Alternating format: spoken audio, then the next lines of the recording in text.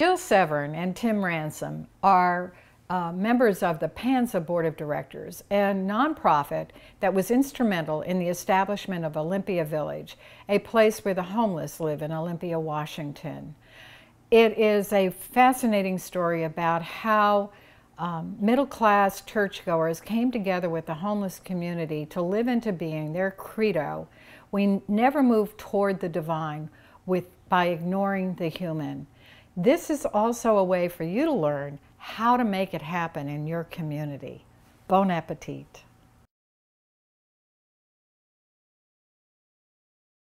I have to say, dinners were exceedingly important to our funding. So the way we got that first $1.5 million was over a dinner. And what I served at that dinner was bouillabaisse. So we had bouillabaisse and wine and homemade French bread and salad raised in my garden, and that got us $1.5 million. $1.5 million meal. Mm-hmm. Jill Severn, and I'm a member of the board of Panza and a volunteer here at Quixote Village. Panza is named for Sancho Panza, who was Don Quixote's servant and sidekick. Panza is the nonprofit organization that supports the village and supported Camp Quixote in the past. Tim Ransom, I'm currently president of the board of Panza and a volunteer here. Quixote Village is a living community for 30 members of the homeless population. It's permanent supportive housing. Permanent meaning folks can be here as long as they need to be. Supportive meaning that we have staff who help them get the services they need to improve their health. It's a community that has a self-governing council of residents, and it has been open only for about 4 months. It was preceded by Camp Quixote, which began its life in 2007. I got involved when we were a tent camp. So this arose from this tent camp community that started as a protest in a downtown parking lot in Olympia. And it was a protest against an anti-homeless ordinance that the city had passed. So it was a civil disobedience action.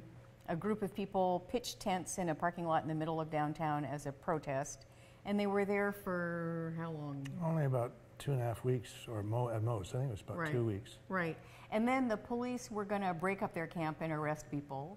And at that point, Tim was president of the board of the local Unitarian Church, which stepped forth and offered the campers sanctuary on church grounds.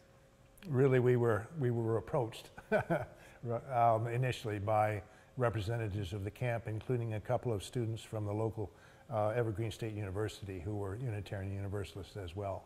And this was put to us to provide sanctuary essentially for what had become to be called Camp Quixote.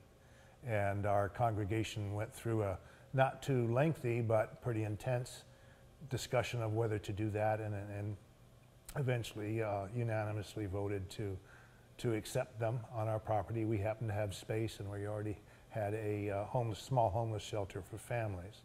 So we had a strong tradition of social justice, and that fit right in. And that began a history of the camp growing in its self-governing abilities, with a lot of support from first the church community and then a larger community, and a process of the camp having to move from church site to church site initially every 3 months. Eventually it grew to every 6 months. Tents and cardboard shacks and whatever else initially, basically all tents, a lot of them donated by folks. Eventually we began to construct what were really windowless, almost basically windowless but roofed buildings that could be taken apart very easily because the move would have to happen periodically. They moved 20 times in 7 years, I think. So there were a little bit more stability, but still temporary structures. But the big difference between being homeless on the street or in the woods, around here a lot of people are homeless in the woods, and being homeless in the camp is the difference between loneliness and community. So it was really interesting, for me at least, to learn that there are two fundamental human needs. One is housing, the other is community, and that they're equally important. And then as they move from church to church, even though there was pretty high turnover in the camp, I mean, we actually did a data analysis once, and the average length of stay in the camp was, or the median length of stay in the camp was 10 months. So even though there was a lot of population turnover in the camp, over time, that sense of community remained very strong. That tradition of community was very strong. Well, the original founders of the camp did not intend to be a tent camp for 7 years, which is how long that lasted. Their original vision was to build themselves a village. And they had this idea of having tiny little houses and then a shared community building that would have a kitchen and showers and laundry facility, which is, in a sense, exactly what we've built. And the self-governance piece really started out as needing to establish rules for living in the camp. Everything ranging from no use of drugs or alcohol within the camp to the kinds of behaviors that were acceptable or not, and the processes of acquiring new residents and perhaps necessarily asking some to leave because of rule breaking.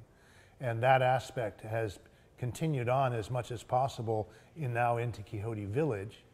Things have changed a little bit because Panza is now the legal landlord, and we're facing all the established state and local laws for housing and landlord-tenant relationships. So it's evolving a little bit. Panza is having to have a more landlordish kind of role. But we all want to maintain as much of the self-governance piece as is possible in this environment, because it is the sort of, I think you would agree, the basis of the community by and large. It's the glue, if you will. Sure. So for the first couple of years that the camp existed, there was, by necessity, a real focus on figuring out how to keep the camp alive.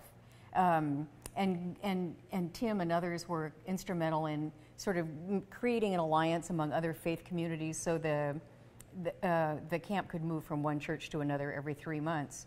And during that time, the city passed an ordinance. They ultimately had to recognize that churches had a right to practice their religion on church grounds by hosting the camp. So that took a while to sort out. And then the original founders of Panza got the city to pass this ordinance allowing the camp to exist, but regulating the terms of its existence. So every time it moved from one church to another, there had to be a community meeting where you notified all the neighbors that it was coming so they could come and, express their fears. And another requirement of that ordinance was that there needed to be a volunteer at the entrance to the camp at what we called the host tent 24/7. And that required this enormous mobilization of volunteers. And a couple of interesting things came out of that. One was that a lot of middle-class church people got to know homeless people for the first time in their lives, which was transformational for a lot of us. And it built a base of support for the camp and for the eventual campaign to raise money and build a village. So it was probably about 3 years into the camp that we really were finally able to get serious and focused about raising money and working on finding a site and all of that to build a village. So the first big step was that our all-female county commissioners made this piece of land available. It's a little over 2 acres, and it's county-owned land. So they made the land available to us. It's a 40-year lease for $1 a year. And then we went to our local legislature. I cooked some dinners, and we were ultimately able to get $1.5 million from our state legislature as the first big chunk of money for construction. And once you get that first big chunk of money, then people take you seriously. And we were able to win other grants, mostly government money, but also we got really wonderful support from 2 of our local tribes, the Nisqually tribe and the Chehalis tribe, and then community fundraising for $200,000 as well. So, and during all that time that we were raising money, we also sort of fought the good fight against neighbors who didn't want us to be here. And that was a year-long battle that ended in Superior Court. And obviously we won at every step of the way. So it was just, you know, just jumping hurdles one after another until we finally were able to start construction. One of the most critical pieces to, I think, to the whole thing was that from the very beginning of the first camp, with folks coming in and meeting the homeless residents and realizing they were just neighbors, we began building up a constituency. And a big part of that was the steps through the legal processes with actually three towns and the county to get them all to recognize our legal right to have an encampment. And that meant a lot of interaction, first with staff and then with elected officials, which by the time we needed to ask for money had cemented those relationships. Staff in particular was very important to that. And we could pack a city council meeting any night of the week. Yeah. Yeah, which was very important. And it was, I think it's also very important that who we could pack a city council meeting with, because we could show up with 120 church people and 30 people who are homeless. And just that combination of seeing those two groups arm in arm, I think was very powerful. So we were able to call upon that constituency for funding, but also volunteer support all the way through, and still those relationships that were made during the life of the camp, folks from those times are still coming to provide meals here occasionally, to continue to interact with the folks they've gotten to know, provide other kinds of assistance. So that whole volunteer piece has been huge. And another thing I think that is interesting about that is, I think for a lot of us, just the realization of how incredibly isolated we are, one class from another in this country. And so for so many people who had never really spoken to a person who was homeless, and from the people who were homeless, how many of them had never had a middle class friend, or just had never had contact with, you know, middle class people. It's really stunning how isolated we are from each other. Yeah, that's an excellent. Right, and we really kind of describe it as being concentric circles of community. So at the center are the 30 people who lived in the camp, and then there were the circle of volunteers around them, and churches and faith communities, and around that the larger community that was supportive, and elected officials and staff. I mean, it really is a kind of ripple effect from this original community of 30 people who were homeless.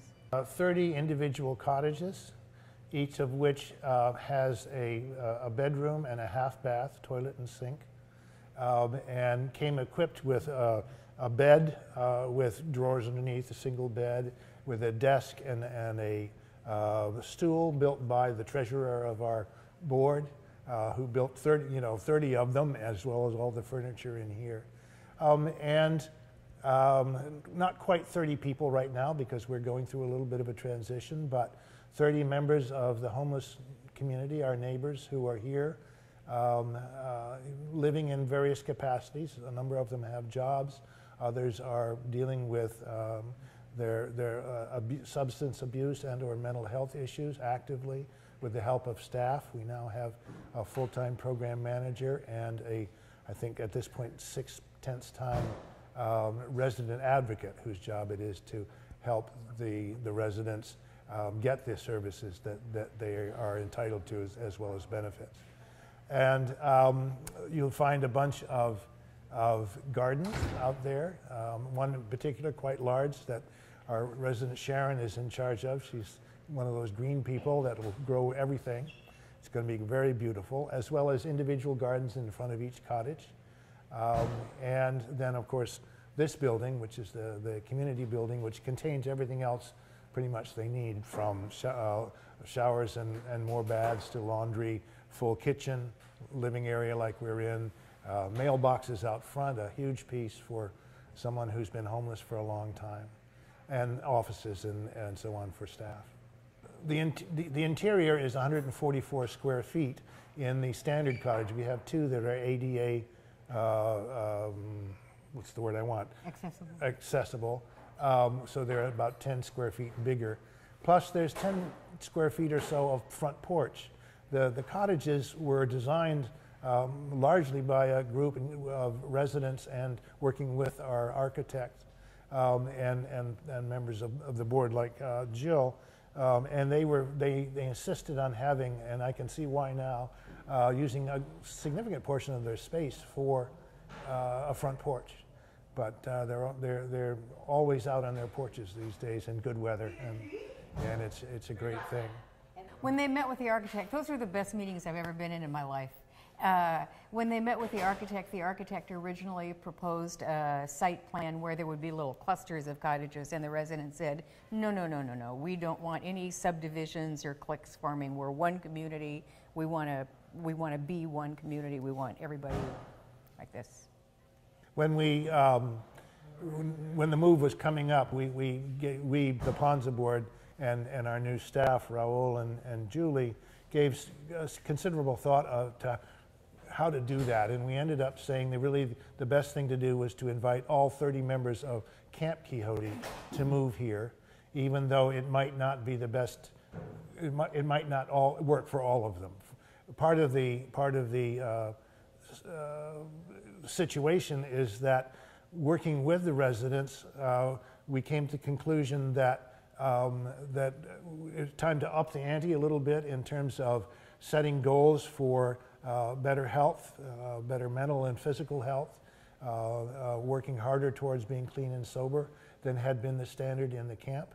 And that's hard on anybody at any time, but we knew would be difficult for some of the residents. Right. So the resident council itself had extensive discussions over several months before we moved into the village about wanting this to be a clean and sober place. Because even though we have had a lot of people who were active in their addiction, it's a rare addict who doesn't want to be clean, right? And so they knew that for them to succeed at getting clean and sober would require living in a clean and sober community, and that's what they yearned for and wanted. So where in the camp the rule was no drug or alcohol use in camp, but what you did outside of camp was your own business, here the expectation is that everybody will be clean and sober. And we do drug testing, a bad drug test doesn't get you thrown out, but it's the beginning of a conversation about what you need to do about your substance abuse problem.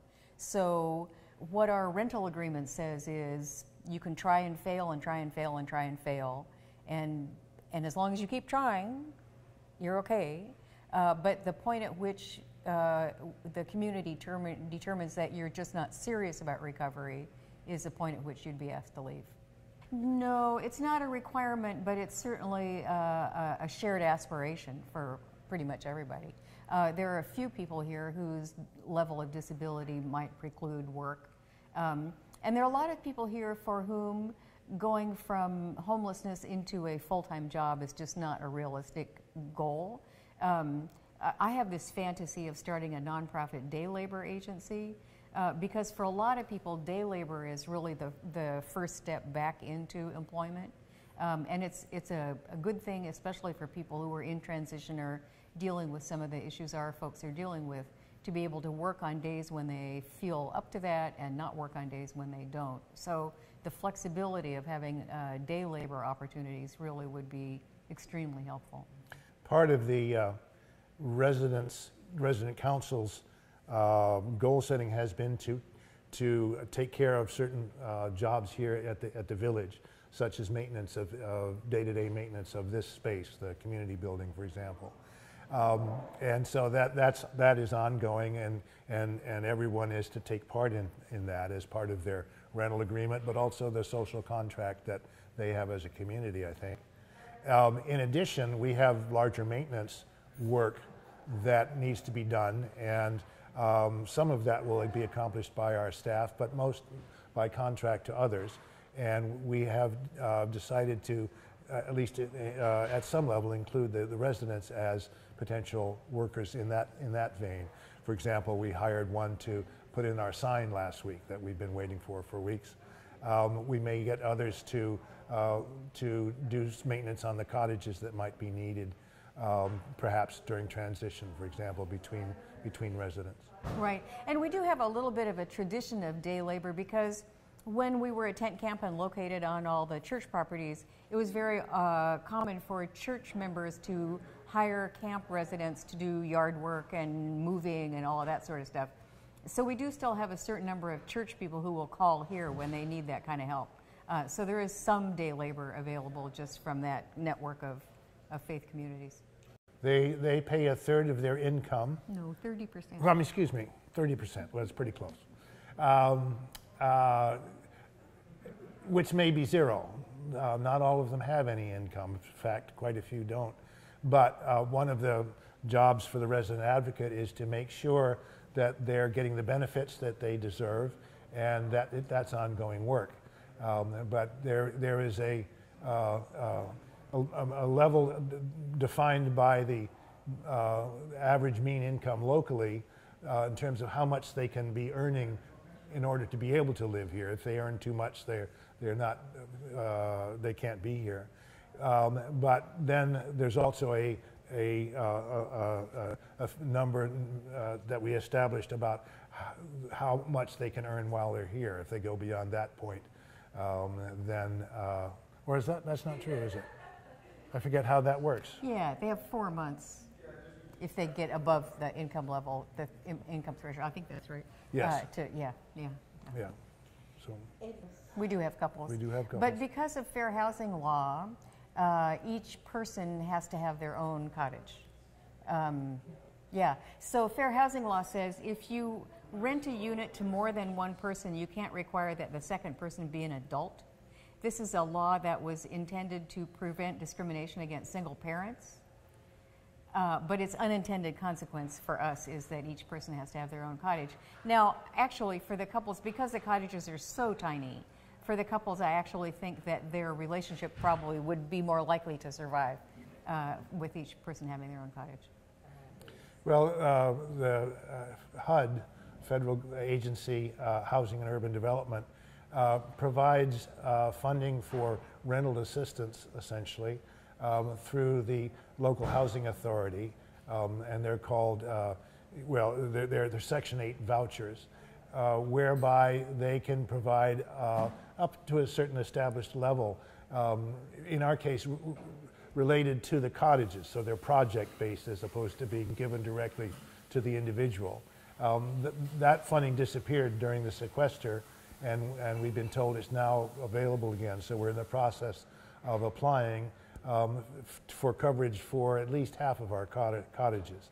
And the great thing about that kind of rental assistance is, I think it's after a year if the individual in the project, in the cottage, does all the hoops and bells and whistles that are required, he or she could then take that voucher with him if they wish to move on to a more permanent housing situation.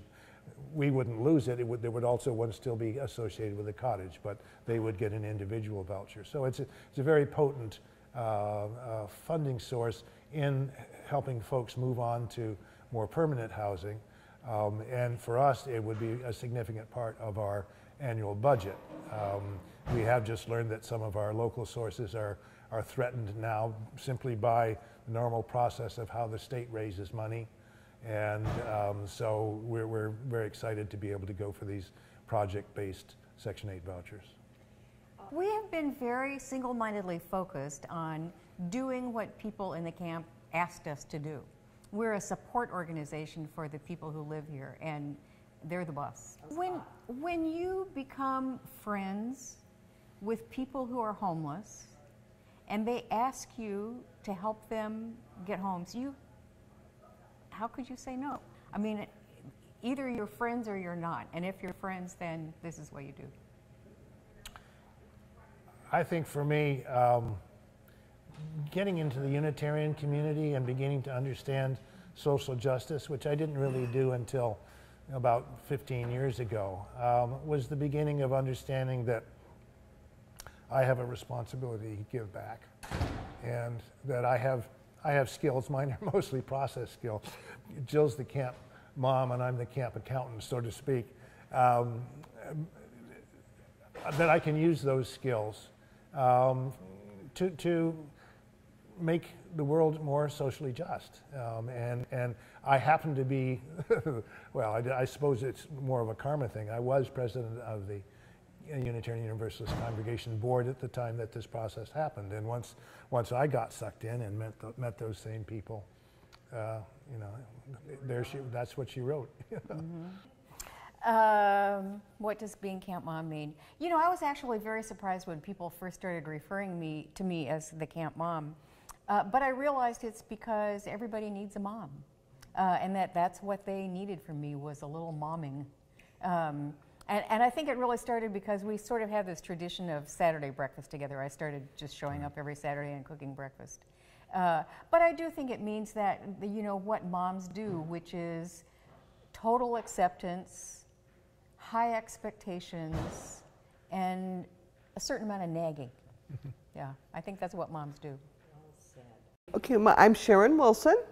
I live here, I'm a resident. I manage the kitchen and I'm on the executive committee to help oversee discipline and certain rulemaking and stuff like that, help try to make things happen here. We moved in on December 24th, Christmas Eve actually. It was very exciting. Last year had record-breaking cold. All through November, December, we were freezing. Most of the camp was emptied out. Staying in the church next door, staying with friends and relatives throughout town. We dispersed. We had to survive and stay warm. And so moving in here on the 24th, we had all just come back to camp for maybe 4 or 5 days before the weather broke and we could actually get back into our tents. Real culture shock, kind of exciting, you know, but hard on some levels, you know, because it's like walking into it is like have a sense of like potential permanence and, you know, a way to live, a thing to do. It's like walking through the door is like closing the door on one area and opening the door on a whole new thing. So it was like the difference between day and night, you know, like that different, with the potential of a future here, as opposed to closing the door on something I don't really want to have to do again, but would if I had to, you know. Yeah, you know, I'm a creature of comfort. I don't like being uncomfortable whatsoever. I just turned 58, and the last 5 years of my life have been very nomadic. I have been squirreling around, staying here, staying there, staying with family, staying with friends, staying wherever I can, where I can actually lay down.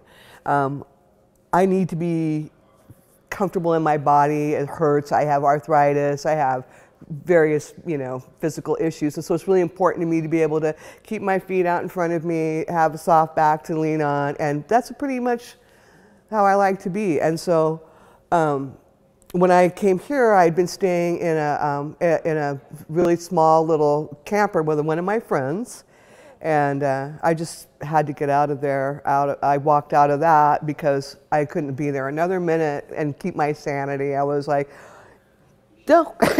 I have like one way I like to have things really tidy and make sense to me. And some, you know, my friend is different. You know, she does a whole different way. And so we weren't compatible like that. You know, trying to coexist in a small area, and I had to get out of there, and I did. And I went straight from there. I had like 5 days of wandering around until I got into Camp Quixote. Now that we have the garden up and out there, I like to start my day there. I like to fall out my door and into the garden. I love gardening, I always have. You know, I just don't feel like life is complete unless you're growing something or taking care of some other life force. I don't care if it's a plant, an animal, you know, your sick granny, whatever, you know, that you need to give out to another life force. For me, that's what the garden is right now. It's my dog, you know. I take the garden for a walk, you know. I spend time out there. I love it. I put my energy, you know. Oh, there's all kinds of just whatever was handy. It's not like it's not a pristine garden like a planned out, okay, we're going to get this many tomatoes, this and that. It's like what was available. And some of it was free. Some of it was garnered from other gardens. Some of it was, you know, bought in the 6-pack, you know, way. And there's cauliflower, Brussels sprouts, broccoli, green beans, potatoes, all kinds of stuff out there, really. We haven't got that far with it yet. It hasn't blossomed yet, you know, but we will be, you bet. The garden is for everybody, you know, the food is for everyone. You know, I just happen to be living right next door to it and be kind of pushy, bossy kind of person. And so pushy, bossy people get, you know, a lot of attention. That's my garden. It's not. It's for everyone, you know. But I really appreciate people standing out of my way too, you know.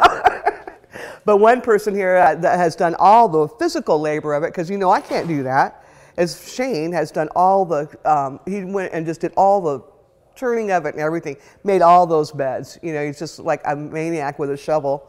It's like what he does. It's like so cool. You know, you find a person's strong point and you let them loose on that. Yeah, executive committee. And then we have resident council as the full body of our residents. Executive committee is five people and 2 backup, like something like that, when we can get everybody together and have that many people doing it, you know. You know, we're kind of fresh with all that. It's, we're kind of still learning it, yeah, trying to figure out what, you know, what are we doing, you know, really. It can get a little bit confusing because we've got resident council rules, we've got executive committee input, we've got Panza rules, you know, and I think like the way I see it is like executive committee should be kind of blending these things, but it's kind of hard, you know, because the resident council, being the body of residents, has a very huge voice. They're like real loud, you know, about, you know, we want and we don't want and we will and we won't, you know, and so, you know, then you have, they bring that kind of like we get a lot of that information and try to, you know, and like work between the two and come up with solutions, you know, that everyone has to agree on, you know, because we do have kind of we try to have a democracy, like a voting situation here when we come up with to try to fix issues. You know, we put it out for the resident council, say like, okay, here's an issue. Excuse me, I got dirt in my eye. Here's an issue, say, you know, shoes and socks, shoes and shirts in the kitchen or no? Is it a rule or no? You know, well, half the people are going, you know what, I live here, and if I want to come in the kitchen and get a cup of coffee before I get fully dressed, leave me alone. You know, and other people are like, you know what, I don't like your big hairy feet, you know, out in my kitchen, you know. One person asked me, one of our visitors said, do you know everybody here? Well, yeah, you know, yeah. Oh, in here is awesome. People can come in here with their laptops and access some Wi-Fi in here. In the cold, we had fires, we got games.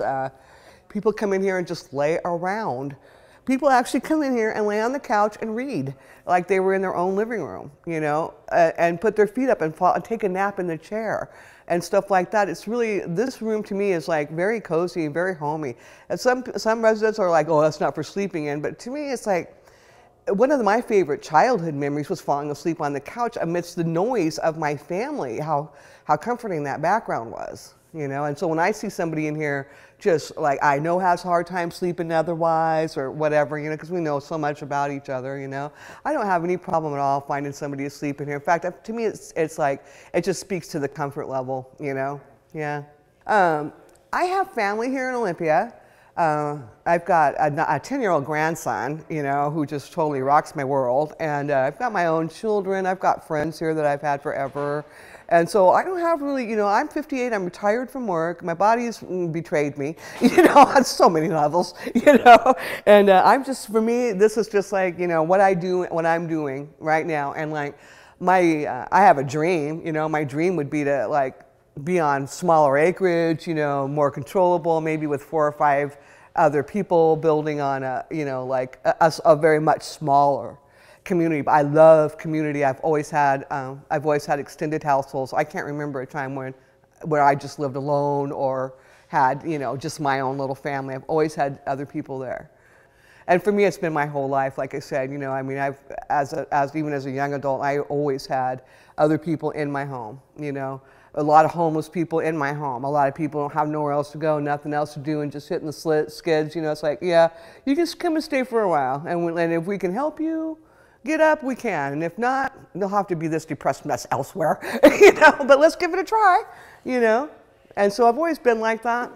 Yeah, this has always been what I've been aimed at, you know. And like this is just to me big. And like I said, if I could come across property where I could pull this off on a smaller level, I think would be just my dream come true. But this is beautiful, and I am happy. Oh, I do have something favorite that I like to cook here, not necessarily my favorite dish, but I find it goes like really a long way, I can feed maybe 6 to 7 people in one meal, because I don't ever even try to go further than that. You know, it's ridiculous. But I like to put a roast beef in the oven, and then we've got a big baking pan, and I like to put parsnips, carrots, potatoes, Brussels sprouts, all that, doused in olive oil, and roast that on the side.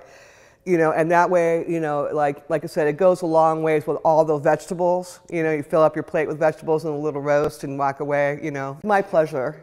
I hope I was helpful to you.